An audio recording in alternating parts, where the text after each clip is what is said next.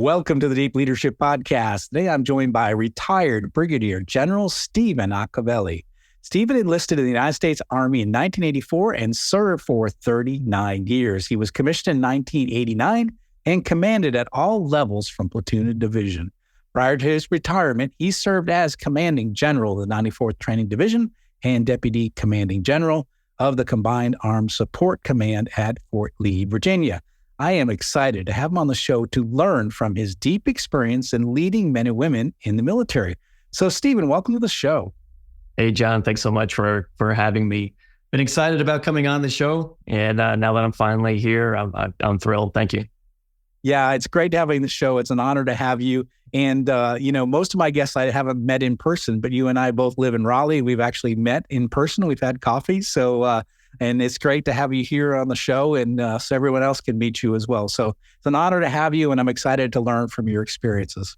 Oh, thanks. Hopefully I can share a nugget or two that you haven't come across before.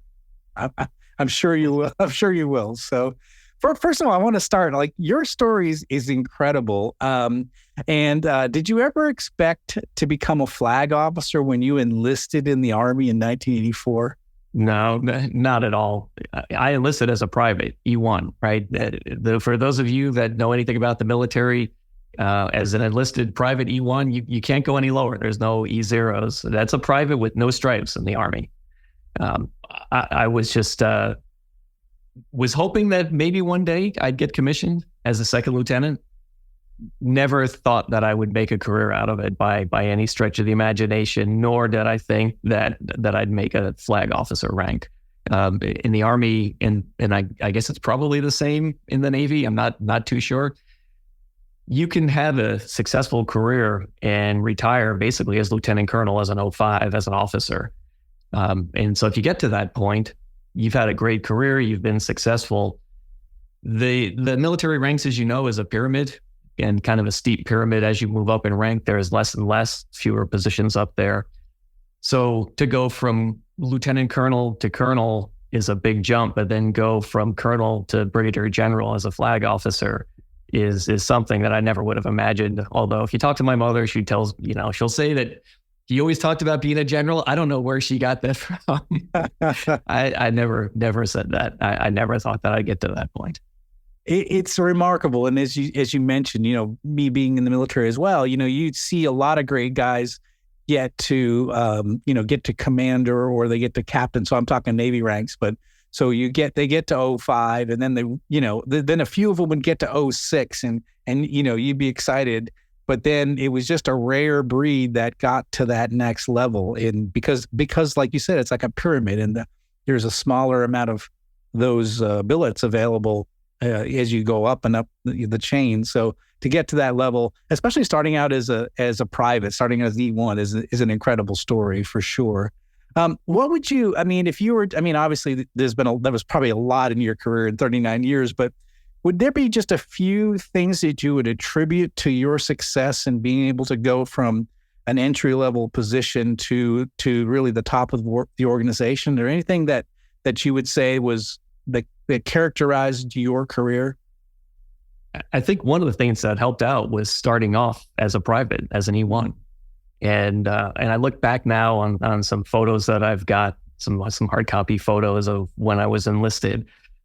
Not the happiest of experiences in some cases, being out there in the field, or being out in the foxhole, digging a foxhole because somebody told you that you had to do that.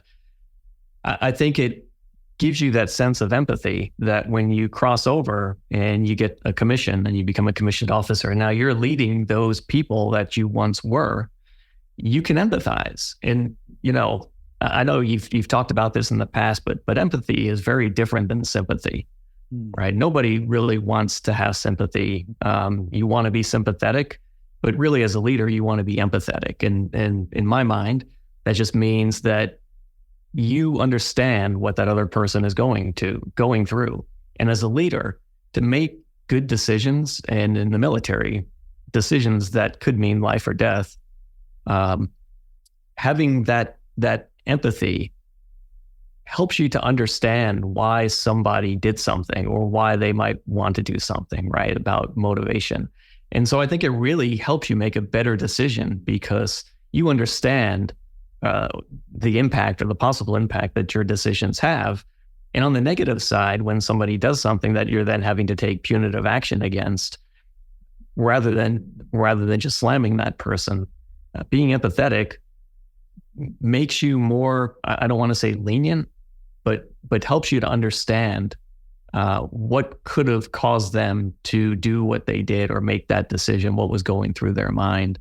And I think just having that background, it keeps you grounded, I think.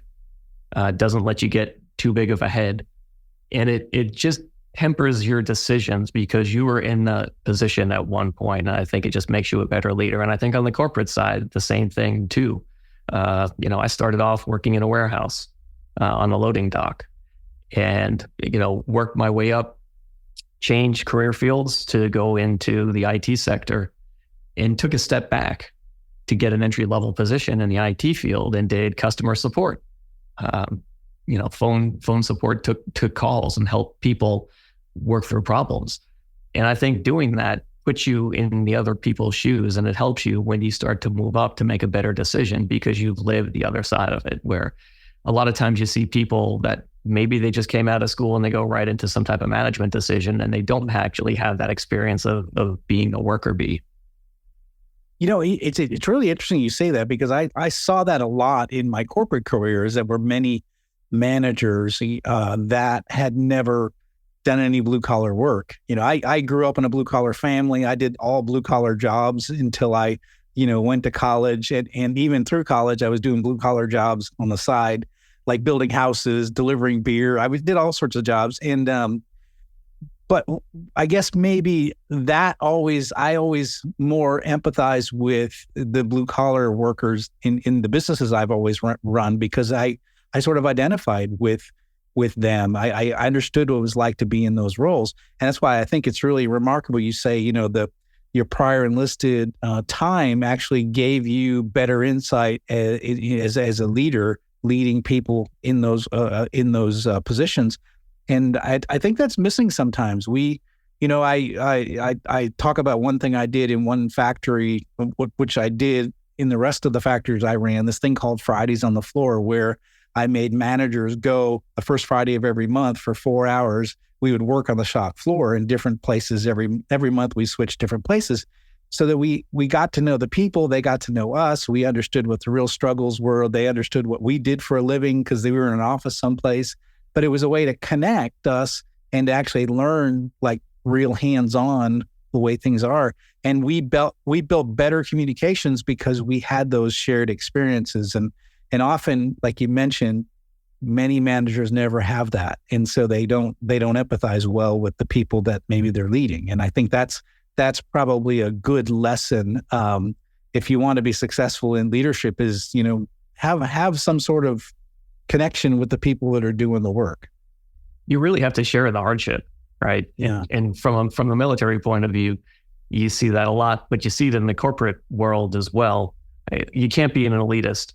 And you talked about your Fridays where you get everybody out on the floor. We used to do that when I was in an engineer unit. You would do your preventative maintenance checks and services, PMCS, on your vehicles. And the drivers are out there, the assistant drivers are out there. Well, the officers and the non-commissioned officers need to be out there while they're doing that. One, to make sure that they're following the checklist and going through and not taking any shortcuts, but being out there. So when there's snow on the ground and people are crawling down, crawling underneath to check, the vehicles and the grease points and everything like that, you're out there with them. When you're out at the range doing a weapons qualification and it's raining, where are the leaders?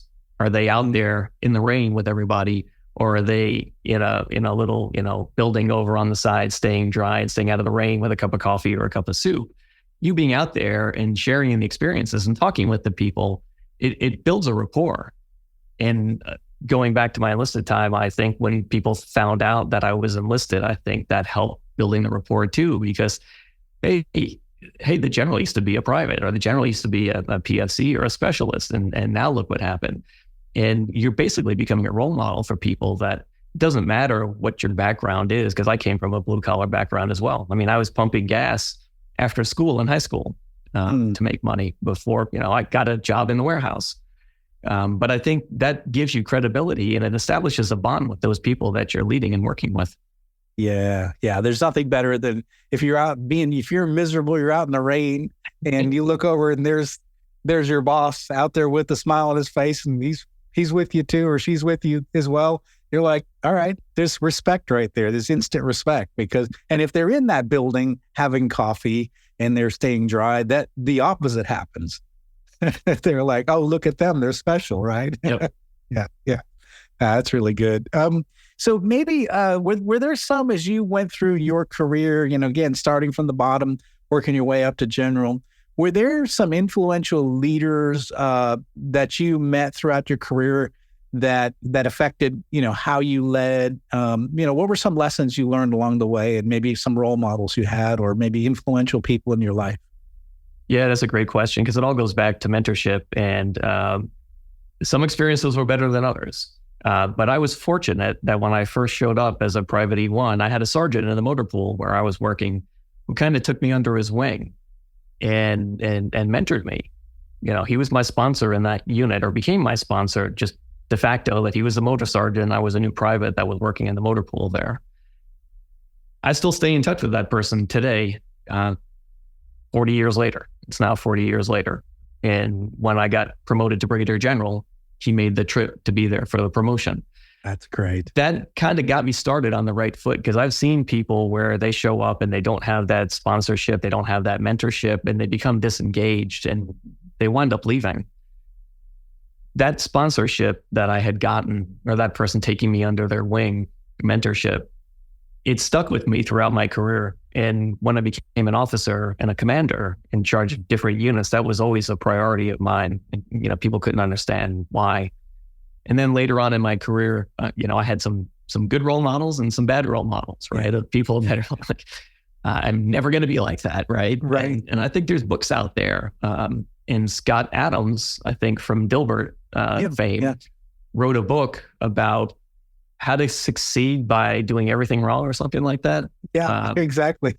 Right. And, it's really true, though, that everybody's trying to do the right thing. But if you see the wrong thing and you know that it's wrong, okay, I'm never going to do that. And if you don't do the wrong thing, you'll be okay. Mm-hmm. My last mentor, I guess, was right before I got commissioned, right when I got promoted to Brigadier General. And, he shared a lot of good bits of advice with me. And, one of them that I'll never forget is that just remember this position that you're going into now is all about giving back. Mm. And people asked me when I hit my 20-year mark, hey, when are you going to retire? I could have retired 20 years ago if I wanted to, but that's not why I stayed in. I stayed in, one, because I like the camaraderie and I like the positive attitude, the glasses half full attitude of the people that I worked with. But as you move up, either in rank in the military or in position in the corporate world, you have more influence and you have more ability to help people.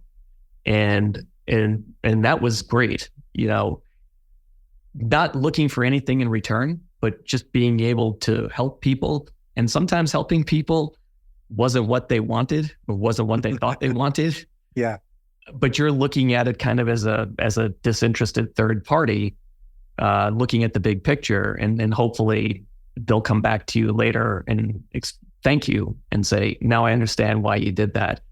But just trying to remember that you being in those positions, it's not about you, it's about the people that you lead, and it's about taking care of them and giving back. And I think that was probably the thing that, made the biggest impact and still sticks with me today. Yeah, that makes a lot of sense. And I love to hear that.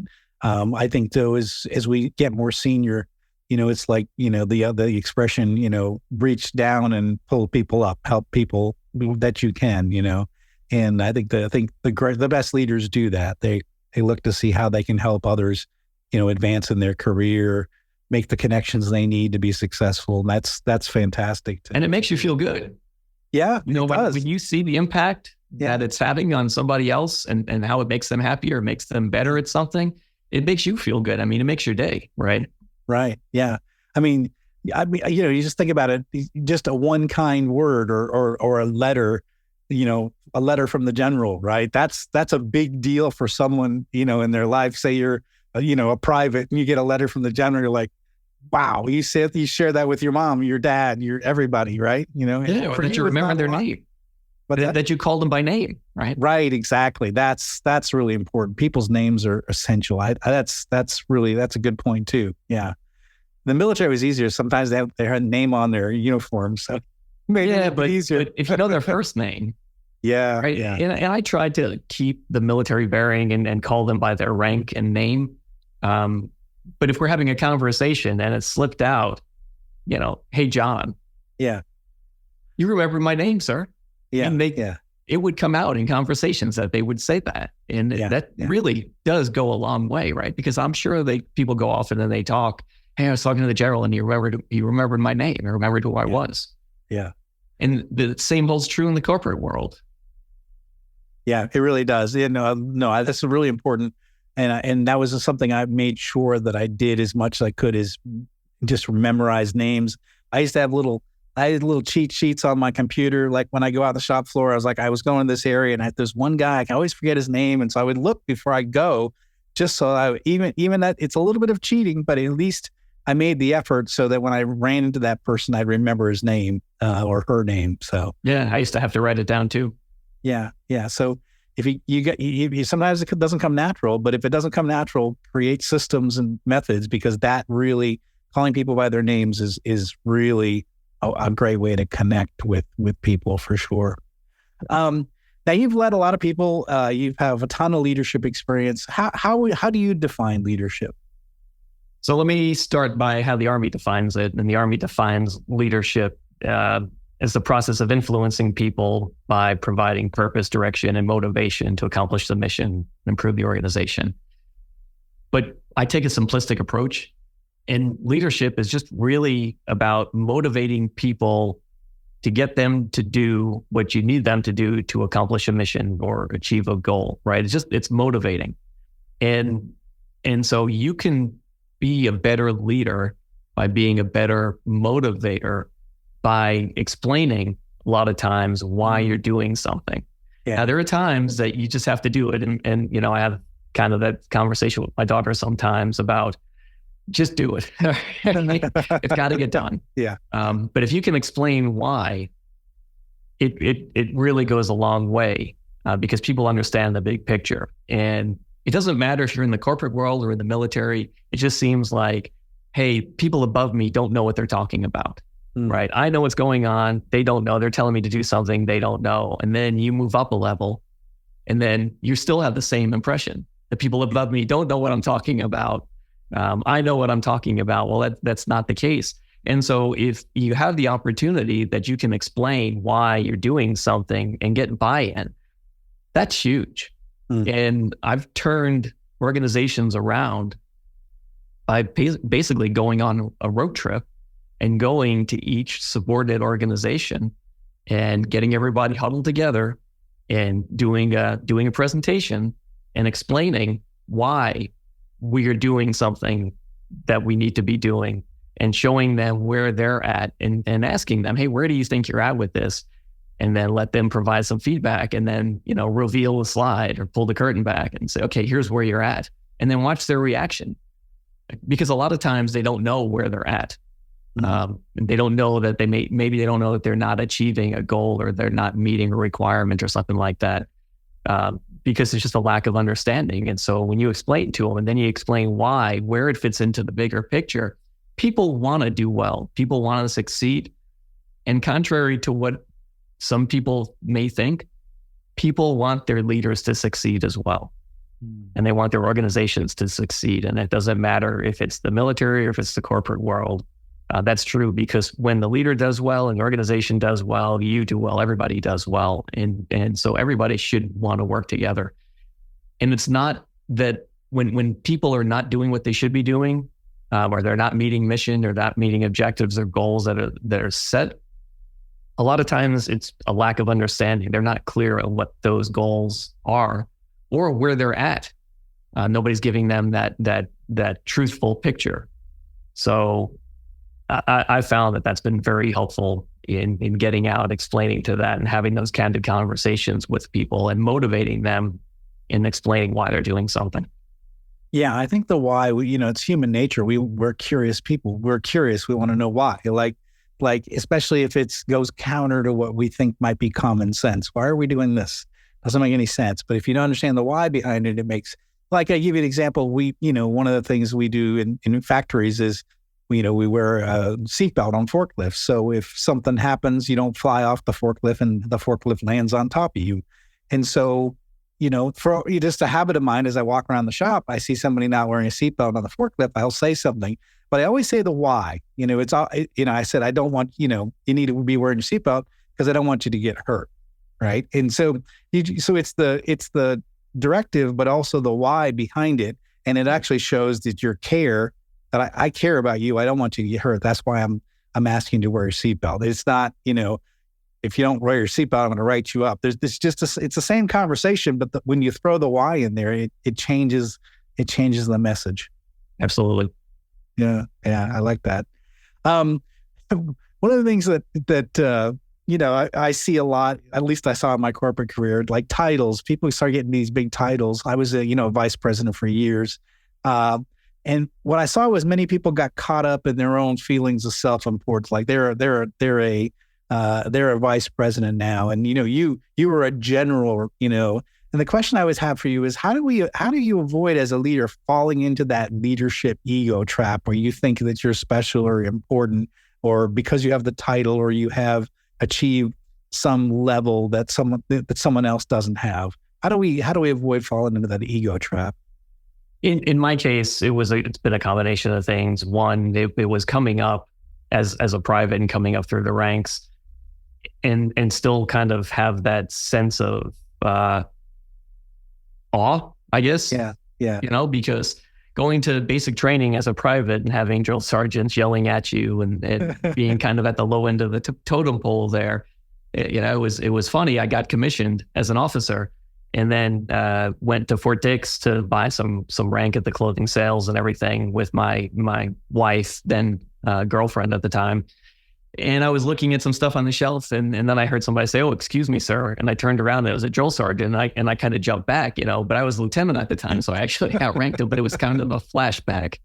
So it's having that. I think family plays a big role in it. You're a general in the office, or you're a vice president, or you're a CEO in the office, but when you come home, you're not, right? Your dad, or you're Stephen. And so all that stuff is out the door. That doesn't make it past the front door a lot of times. It's so true. I remember coming back off deployment and just, I told my wife, I just want to hear my first name. That's all I want to hear. I was Lieutenant Rennie or Mr. Rennie, for months on end. It was like, I just want to hear my normal name, but I think you're right. I know, like I was the vice president for years, and I always hated it. I always hated my title. I didn't want to just share, because it's like, that's not important to me. I have a job just like everybody else does. That my title is just something the company has given me. But I know there were others that were really, that was a big deal. Like they were trying to get to that vice president level, just so they could have it on their business card or something. But it was always a weird thing for me, because it wasn't that important to me. The title wasn't that important. It's more about being able to be good for the people that work for me, and for the people I work for. As being a good leader was important to me. The title was not that important to me. And the same thing, the title goes along with rank in the military as well, right? So you don't have to be a commander, but you could be a major or lieutenant colonel or something, and just by virtue of that rank, you've got a certain authority that goes with that. But that doesn't mean that you've got the respect that goes along with it. And if you're fortunate, you can lead people by being who you are, by being a leader and being true to yourself, rather than being lieutenant colonel or major and getting them to do it just because of the title or the rank or the position that you have. Yeah, that's so true. I see a lot of people trying to use positional authority to lead, and it's just not a good way to do it. It's just, people don't care about your rank. They want to see do you care about them, and that's really important. And I think that I think having your prior enlisted experience like that, I think kept you humble.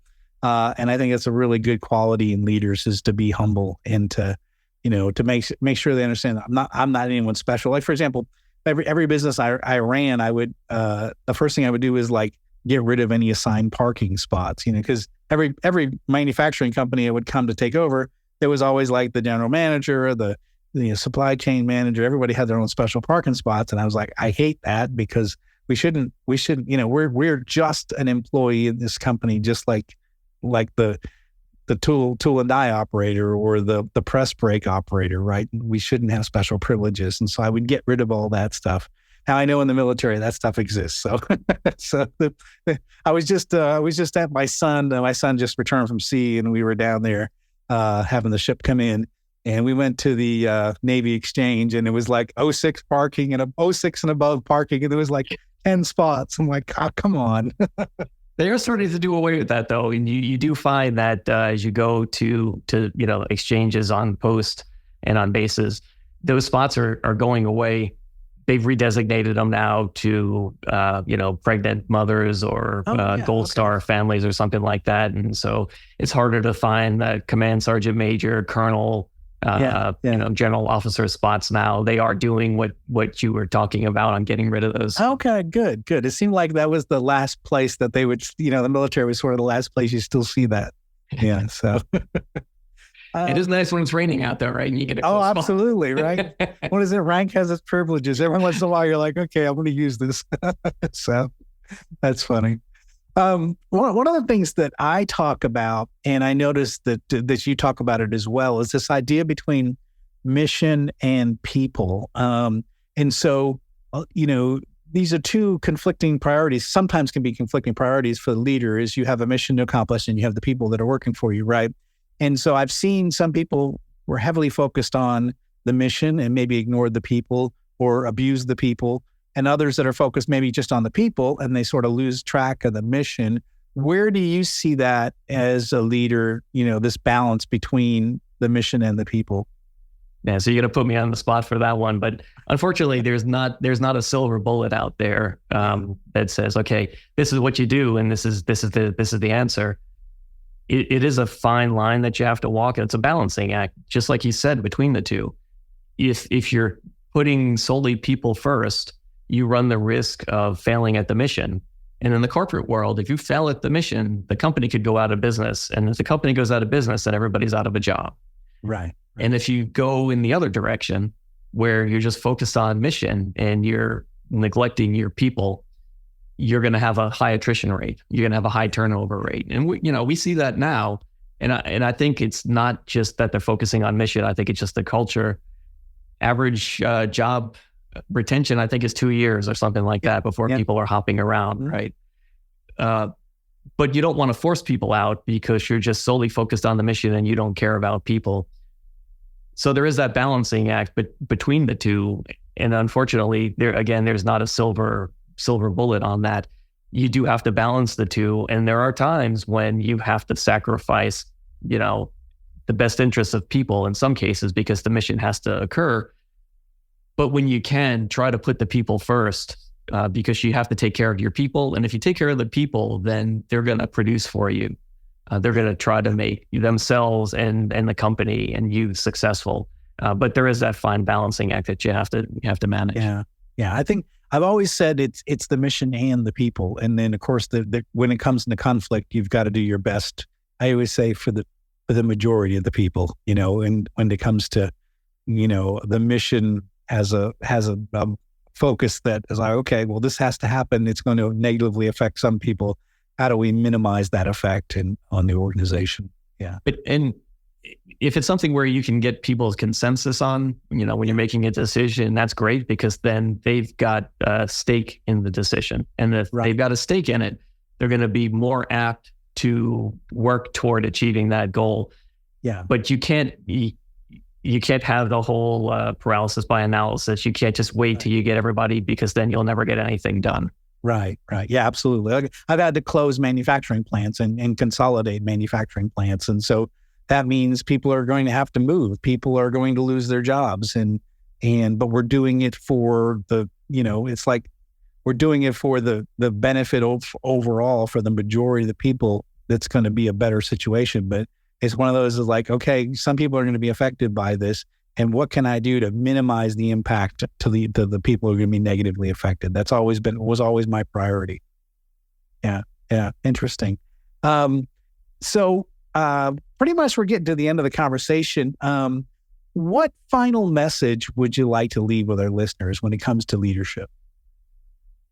As a leader, you have to lead by example, and you have to do what's right, even if it's difficult. And you have to do it all the time. You can't try to cut corners and try to say, well, hey, nobody's watching me, and so I'm going to do this because there's somebody that's watching you. Yeah. And if you do something you're not supposed to, you're going to get in trouble. And if you lead by example, you're setting the example, then you're being a role model for others to emulate, and people want to look like you. It's funny, the Army has changed uniforms a few times during my career. And as a leader, I was always one of the first ones to go out and purchase the new uniform to set the example of what that looked like. And you'd hear people talking about, I'm not going to go out and buy this. I'm not switching yet because the wear out date's not for 2 years. And then it's funny because then you show up in the new uniform, and a couple of days later, you start to see other people in that uniform because they want to look like you. They want to be like you. You're setting that example. And the other thing that I wanted to leave you all with is, if you are trying to fix a problem, you're faced with a problem, fix the cause of the problem and not the symptoms of it. And I liken it to whack-a-mole. You know, if you go to an arcade and you play whack-a-mole where the ball sticks its head out and you're there with the mallet trying to knock it down. So what I mean by that is you've got this problem and you address the symptoms of it. Okay, so now I fixed that. And then I'm on to the next problem and I fix that one. I'm on to the next problem and I fix that one. But you didn't fix the underlying cause of the problem. So then what happens? You're now on your third problem, but the first one reappears again because you didn't fix the underlying cause. Maybe because it wasn't obvious, or maybe it was hard. You need to address that. Otherwise, they're going to reoccur again. So be visible, lead by example. And when you're trying to solve a problem, try to identify the root cause of the problem and fix that and not just the symptoms. Fantastic advice from someone who's been in the trenches for many years, literally in the trenches for many years. So it's really good advice that Stephen tells you right now, and really good, solid leadership advice. Stephen, how can people find out more about you and the services you offer? I know that you do public speaking, you do coaching. So how can they find out more about you? The easiest thing would be to email me at leadercoach6. Right, 6 has a big meaning in the military, especially in the Army. So leadercoach6@gmail.com. I'd be happy to respond back to you. I'll have one of my associates reach out as well, and would love to come in, learn about issues that you're facing and how we might work together to help you overcome some of the challenges that you're facing now. That's perfect. We're going to put a link in the show notes for that email. And again, reach out to Stephen if you are something in this episode really stood out to you. You have a question for him. You have something where maybe you want to have him come out and talk to your organization. A general come out there, someone with 39 years of military leadership experience, come out there and talk to your organization. Go ahead and do that. Contact Stephen. Reach out to him. He's more than willing to help you out and help you get better as a leader and as an organization. Stephen, I want to thank you for taking time out and coming on the show and sharing your experiences, sharing what you've done in your career, and then how you view leadership. I think we all learned something through this conversation. John, thanks again for inviting me to come out. I'm honored. You set a very high standard of guests on your show. I hope I've kind of lived up to some of them. I'm honored to be here, and I hope you and I can get together for a cup of coffee or maybe a drink or a bite to eat after work one night. That sounds great. I'd be honored. And again, I learned a lot, and this was a great conversation. So, and it's just a pleasure to get to know you and to learn from your experiences. So thanks again for coming on the show. Thanks, Joe. Thanks. Well, that's it for today. Thank you for listening to Deep Leadership. If you like this podcast, please subscribe and share so we can continue to build a world with better bosses. Until next time, this is John Rennie saying take care and lead well.